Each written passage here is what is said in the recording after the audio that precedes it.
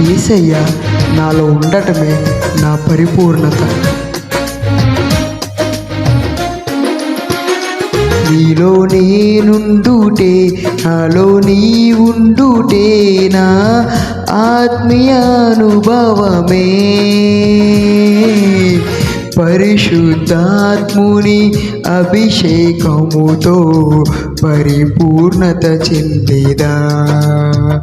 నీలో నేనుండుటే, నాలో నీ ఉండుటే నా ఆత్మీయానుభవమే. పరిశుద్ధాత్ముని అభిషేకముతో పరిపూర్ణత చెందేదా. ఆహా నా ధన్యత, ఓహో నా భాగ్యము, ఏమని వివరింతును.